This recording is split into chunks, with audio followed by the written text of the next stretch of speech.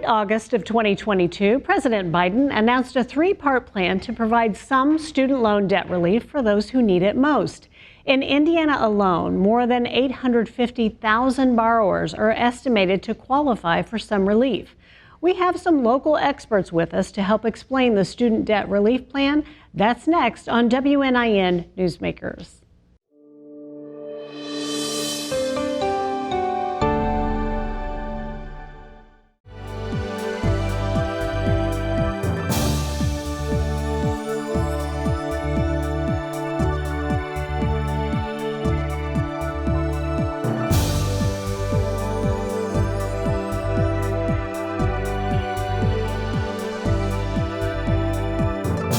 Biden's student loan forgiveness announcement included a payment pause extension, some loan forgiveness, and changes to the repayment formula moving forward. Here to discuss payment extensions, eligibility requirements for forgiveness, and the taxes on this student loan debt relief in Indiana is IU's Director of Financial Literacy, Phil Schuman. Phil, thank you so much for being with us. Absolutely. A pleasure being here. So tell us, let's go back to when the student payment pause began, and how much longer will this extension take place? Yeah, so the student loan pause has been in place since March of 2020, since the beginning of the pandemic. And we've had a few different extensions happen over the course of the life of that, the moratorium, as it's called, and that's lasted till now. And then with Biden's announcement around forgiveness that came out a couple of weeks ago, he said that the moratorium is going to end at the end of this year. So come January 1st, people who still have student loans will be responsible for starting to pay those back. Okay, so if someone's not been keeping up with the news and they're wondering, what is this student debt relief information? So are there certain levels of this debt relief, and how are students eligible? Are there different criteria for different levels? Explain that to us, please. Yeah, so a couple things. So for people who have borrowed student loans, we'll say over the course of the last 10, 20 years, whatever, and they have what are called direct loans, their loans could be eligible for forgiveness under this Biden relief plan. And basically what's happening here is that students who have borrowed money and have, I guess if they've borrowed money under that federal direct program, they can have $10,000 of those loans forgiven up to $10,000. Because if they only have $5,000 of balance remaining, then only that $5,000 would be left. But if they have $10,000 or more, they will be eligible to have those that amount forgiven. If they're a Pell Grant recipient, so if they're a person that's coming from a lower income family, there is another tier to this forgiveness program where those people who, again, qualified for the Pell for the Pell Grant program, they can have up to $20,000 forgiven. Again, same types of loans and all of that, but they could have $20,000 instead of that $10,000 forgiveness. So can you also explain what exactly a direct loan is? Because I know sometimes after you get out of school and you're working, you're paying things off, but you don't remember if you've had a Stafford loan, a direct loan, a parent loan. So can you kind of help us understand what exactly the direct loan is and kind of the differences between them? So really, and I'm going to give a very simplistic answer with this, like it's basically just sort of the timing when the loan came out. Like if you've had a student loan over the course of the last decade, you more than likely have a direct loan. And does this really focus only on the student? So parents that have loans on behalf of their student or to assist with that, will there be any parent loan relief, or is this directed only for those student loans? From what we understand, Parent Plus loans will be eligible for this forgiveness as well. Okay, all right. So do you know when applications to receive the debt relief program will be available, and is there a certain deadline for applying? So what we have heard, and what we would tell anybody here, is to visit studentaid.gov, to visit whitehouse.gov. There should be a link there that tells you can sign up for the Department of Education's newsletter, which will give you more specific instructions. But what we have heard is that the application for applying for student loans or for student loan forgiveness should come out sometime within the next couple of weeks. It has been said it's going to happen in October, so people will have the ability to start filling out those applications for forgiveness sometime next month. And then what we've also been told is that those applications will be due by the end of the year. Okay. So, of course, we are kind of a procrastinating society. When should you kind of be backing up your timing in terms of when you should start to apply and how soon you should get that application in before this payment pause is lifted at the end of the year? As soon as possible. That's why I suggest signing up for the Department of Ed's newsletters, because once that comes out, really you should just fill that out same day, get it in there, because you definitely don't want to procrastinate, wait until, the holiday season and, put yourself in a position where come December 31st, you're not sure whether or not $10,000 or $20,000 of loans have been forgiven, and you're not quite sure where you stand going into once the moratorium is lifted and you have to start making payments. You might not know how much you're supposed to start paying at that point. So are you getting a lot of questions from students and former students and parents about this program in your office? Yeah, I mean, we're getting quite a few questions. I mean, the biggest one on the student side of things is whether or not they're eligible for the loan forgiveness, because, it's interesting. There is a hard and fast deadline for any student who received a loan prior to July 1st of this year. Those loans could be eligible for forgiveness. But if they're a student, like if you're a first year student who borrowed money this year for college, those loans aren't going to qualify because it's past that deadline. So we have sophomores, we have juniors, we have seniors, we have grad students. We have a lot of students who are eligible for this forgiveness. And so we've gotten questions just about their level of eligibility with all of this. Well, I know we're also going to talk with USI about the Public Service Forgiveness Program, and there people will have had to have made a certain amount of payments. For this loan forgiveness, is there any type of criteria that you must have paid this amount or this many payments before you can look at getting your loans forgiven? No, so as far as we understand, there's no criteria on that regard. It's just I guess the biggest guidelines here is basically household income. Okay. So, $125,000 for an individual. If you make more than that, you're not going to be eligible for forgiveness. For a household, it's $250,000. Those appear to be the only guidelines associated with this, in combination of making sure they are direct loans that you have. And of course, Indiana has decided that made a decision to potentially tax this debt forgiveness. Can you tell us how that came about? And also, is there any estimate of the rate of tax per $10,000 of debt forgiven? Yeah, so what happened was, under the American Rescue Plan, in what was put out there, back when that was passed, basically it said any loan forgiveness that comes out on the student side of things, the federal government is not going to tax that money.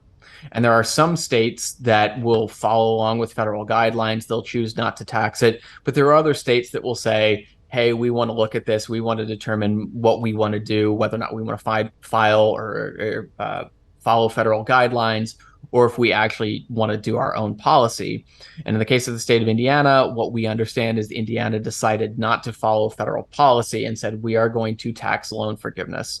And for people in the state of Indiana who do have $10,000 of loans forgiven, I believe the number is $343 worth of taxes that you'll have to pay on that $10,000 to the state. So when you file your tax, if you have $10,000 forgiven, when you file your taxes next year, you'll owe an additional $343 to the state. For $20,000, it would just be double that, so $686. The other piece to this as well is that every locality, every county also has its own tax. And so in addition to that state tax, you may also be subject to a county tax as well. And so that could add a little bit of extra money to it too. So really what we're telling people is that if you do have your loans forgiven, there's a chance that your tax bill is going to be somewhere between like $500 to $1,000. All right, so people need to be prepared during tax time to potentially be paying more. Okay. So yes. Is there a website or any other resources that parents or students should check into in order to find out more information and start the application process? Going to studentaid.gov, if you haven't already done so, log into your account to sort of get an idea of how much money you have in student loans, get an idea of, once this moratorium ends, if all of your loans aren't going to be forgiven, about how much are you going to be expected to pay per month. And you may also want to contact your loan servicer, which you'll find at studentaid.gov. You can learn, if you don't know who your loan servicer is, you can learn the contact information, who they are there, and then contact them to make sure everything is set up that once the moratorium is lifted, you're in good shape to start making those payments. And then the other thing I would say too is not from a website resource or anything along those lines standpoint, but start talking with your family, start talking about the people, who you have a financial relationship with, just to make sure that everything is good, that once these payments do restart, that you're in good shape to be able to do that, and you understand how that's going to affect your household finances. Great advice. Phil Schuman with Indiana University, we appreciate all of your time and information. Absolutely. Thank you for the invitation.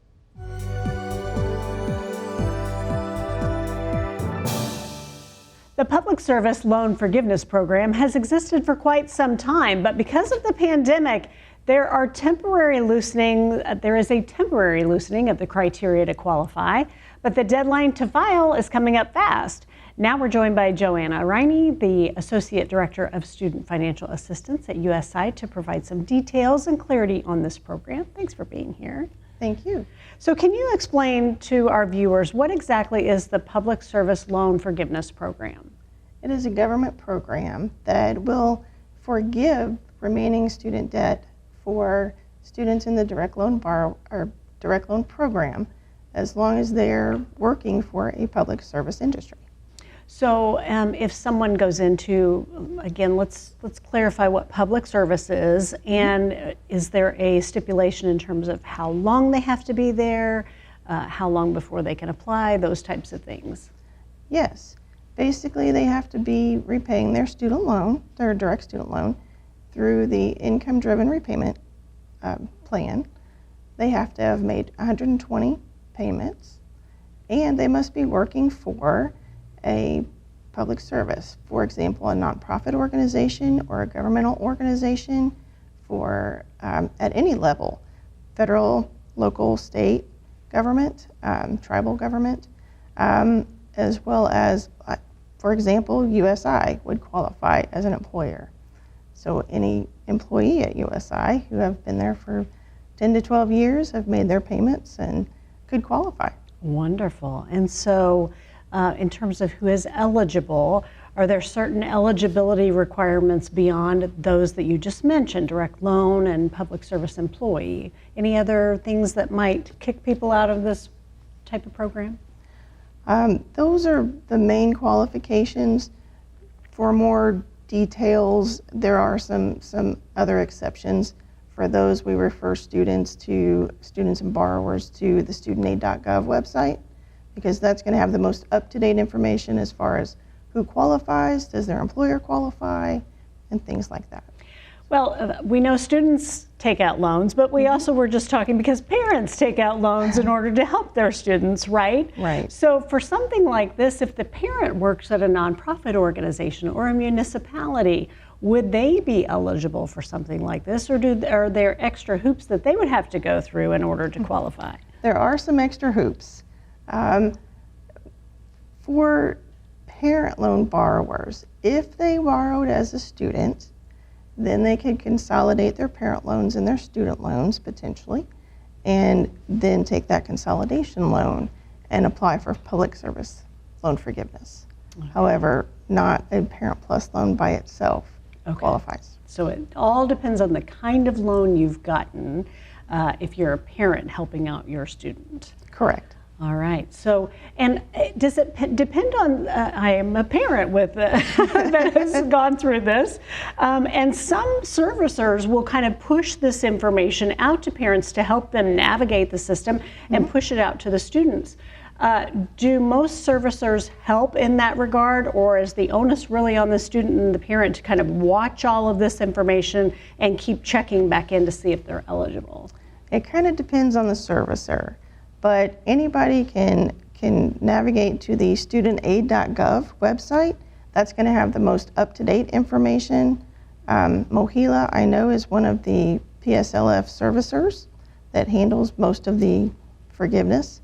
However, there is on the studentaid.gov website a tool, a PSLF tool, that will kind of walk you through to see if you qualify.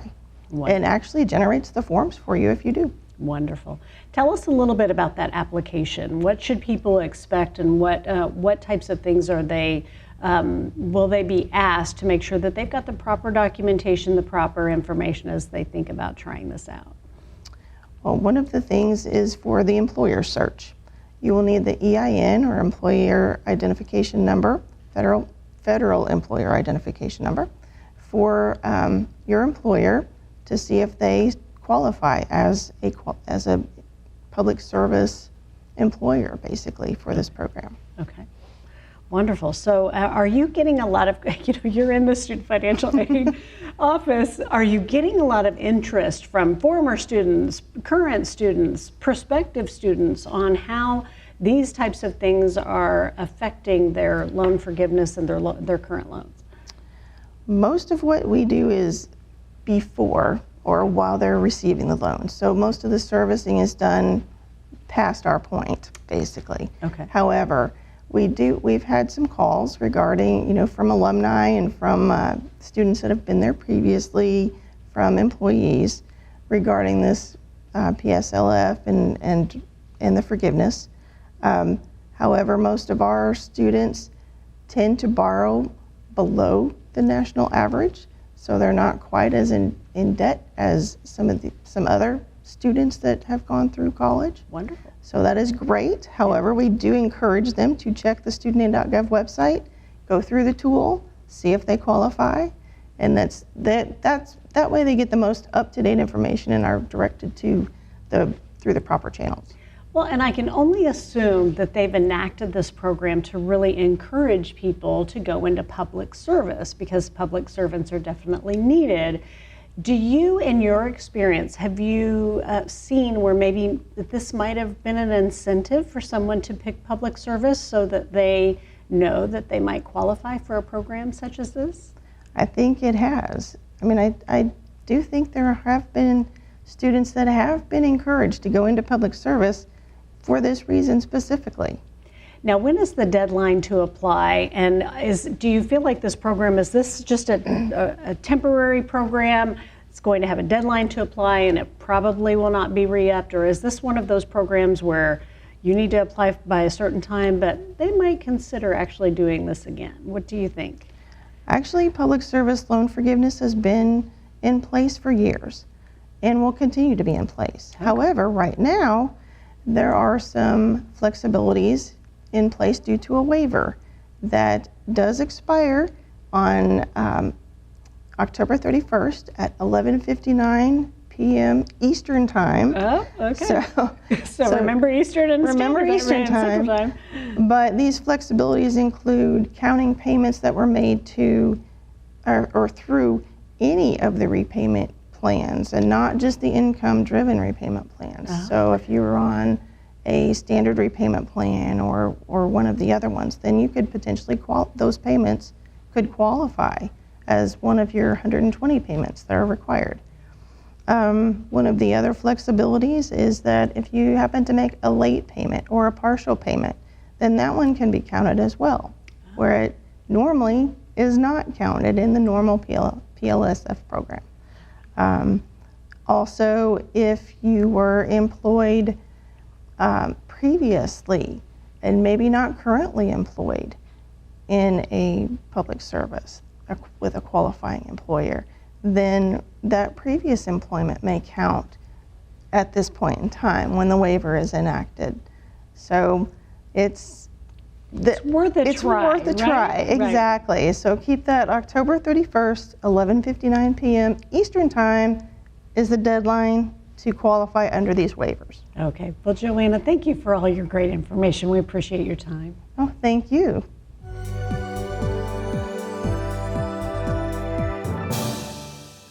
Well, here to talk about some of the repayment changes is Bill Wozniak, VP of Marketing at InvestEd. Thank you so much for joining us. Thank you for having me. So tell us, what exactly is InvestEd? Can you help us understand what that is and how it came about? Absolutely. So over 40 years ago, InvestEd was created to help Hoosiers all across the state with things to do with getting an education beyond high school. And so that has taken on many forms as the world has changed for 4 decades. but we do over 800 events at high schools. We take over 10,000 phone calls from families wanting to know how to pay for education. So it's completely free help. Anything to do with filing the FAFSA, trying to figure out how you're going to fund education, and we're here for all Hoosiers to do that. Wonderful. So, of course, that's kind of on the front end of education. Do you ever work with people who are currently repaying student loans, those types of things, and how they manage that debt that they've incurred going forward? Excellent question. So we do the before, during, and after. Okay. So the before, we try to get people to make the right choices so they don't get in a bad place in the first place. Then the during, we help families with, okay, what should I do? Are there other scholarships available? Should I file the FAFSA? Things like that. And then on the after, we help families with things like, what's the best type of repayment? Should I do consolidation or refinance? What type of loan options do I have? Things like that after the fact. Yes, before, during, and after. Well, with our other guests, we've been talking about some of the forgiveness programs, but we haven't talked a lot about these repayment plans and how those have either changed over the last few years or how they might change in the future. So can you address some of these repayment issues beyond just loan forgiveness? Absolutely. So first of all, the thing that was really coming fast was September 1. And on September 1, repayment of federal student loans was supposed to begin again. It was paused in April of 2020, and September 1 was supposed to be the beginning again of payments. Late in August, the president made the announcement, and another extension, what is being called the final extension of the repayment pause, was put into place. And so now we've been told, and it's been announced, January 1 is when student loans have to start being repaid again. Now, maybe there will be another extension, we're not sure, but what has been said and what has been posted, January 1 of 2023, federal student loan repayment begins again. All right, so if you're not qualifying for forgiveness, and we just talked with Joanna Riney about the Public Service Loan Forgiveness Program, repayment is just going to be right back in step, right? You have to qualify for one of these other programs in order to not be back on the hook in January. Is that correct? That's an excellent point. Exactly. So when I was speaking to some counselors over the past week, we talk about the fact that let's say somebody has $8,000 of federal student loan debt. So when the forgiveness happens, if they had $8,000, the forgiveness should be up to $10,000, so they could be good to go. By January 1, they could be good to go and not have something that they owe. But if somebody has maybe $20,000 or $30,000 or more of student loan debt, however things play out with the forgiveness, they would still have a balance in most cases. And so in that case, we want people to know, we've been told January 1, repayment starts again. And then we also want them to be in the best place possible with the type of repayment plan they have or other options for forgiveness. So they really need to take a look at their potential forgiveness, what their balance would be, and how they're going to again re-up in terms of being ready for making payments again in January. Oh, yes, that's exactly right. What we are telling folks is to go to studentaid.gov, to go to the website, make sure no matter what that their information is current, right? You always want them to make sure that they have your address, they have the phone numbers that are best. Make sure all of that is set so that when whatever happens with forgiveness happens, they're not delayed or something glitches. We don't want that to occur. But then with whatever the remaining balance is, you want to make sure always, even before this, you want to make sure you're in the right repayment plan. There's these income-driven repayment plans, and then there's this potential forgiveness with PSLF. So you want to make sure that you're in the best plan so that whatever remains, you're going to pay off in the best way possible for you and your family. Wonderful. Well, I know there's also been some question about, is it automatic? Is there an application? Is there a form? Help us understand that situation right now, and also help us understand what are some of the major questions that you're getting in your office about this program. Oh my goodness, how much time do we have? Okay. very quickly, we have been told, and it's been posted on studentaid.gov, that this should be an automatic process. The thing is, a lot of times people have different types of debt. Sometimes there's defaulted debt. Sometimes there's a Perkins loan debt. Sometimes there is direct student loan debt, these different types of federal student loans. And so how that all gets processed may be more simple for some folks and not as simple for others. So it could be a little bit complicated. We've been told it should be automatic. That very well may be the case, but you will also see on studentaid.gov a note about making sure you file the form so that things can be processed. But right now, there isn't a form sitting there. It talks about mid-October as when that would be there. And so that is causing some confusion. And then the other item to address your last point, so now you have families right now that we're talking to that are seniors in high school getting ready to go to college next year. They're going to start filing the FAFSA on Saturday and things like that. And so now families are wondering, will there be another forgiveness? And if there is another forgiveness, maybe with one of our other children, we didn't take a loan. Maybe we should take a loan. And these are the types of things where you can think going ahead. These are tough questions that families are going to have to decide on for themselves. Yeah, they can't bank on that without them knowing. There's no crystal ball to know if this is going to happen again, right? And of course, we've been talking about federal loans, but sometimes people have private loans or other types of loans. Is there any forgiveness for that, or we're just talking about the feds here? That is exactly right. We are only talking about federal student loans.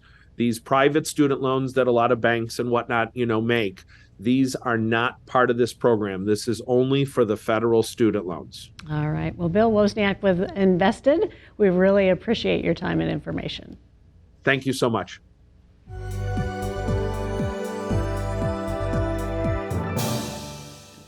Thanks again to all of our guests for explaining the details of the student debt loan relief package that was signed in August. Next week, we'll be starting our election 2022 coverage by meeting the candidates in the Vanderburgh County Sheriff and Prosecutor races. Thanks for watching WNIN Newsmakers.